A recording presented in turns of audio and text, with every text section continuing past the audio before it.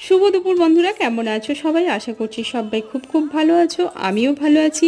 আজকের লাঞ্চ থালিতে তোমাদের সবাইকে স্বাগত। আমি রূপালী। তাহলে চলো দেখে নাও আজকের লাঞ্চ থালিতে কী কী আছে। প্রথমে নিয়ে নিলাম ভাপ ওঠা গরম ভাত, সঙ্গে নিয়ে নিলাম একটা টাটকা কাঁচা লঙ্কা, আর গোল গোল করে করলা ভাজি করেছি সেটা একটু নিলাম। আর তার সাথে আমি বাগান থেকে পাঁচমিশুলি শাক তুলেছিলাম, যেটা শুকনো লঙ্কা রসুন ফোড়ন দিয়ে রান্না করেছি। এভাবে শাকটা রান্না করলে খেতে দারুণ লাগে, তাই একটু শাক ভাজা নিয়ে নিলাম। আর সঙ্গে নিলাম প্রোটিন ট্যাঙ্ক ফুলফিল করার জন্য এক বাটি মুসুর ডাল। আর তার সাথে নিলাম, দেখেছো একদম সবজিটা থেকে পুরো ভাপ উঠছে, গরম গরম একটা মিক্স ভেজ।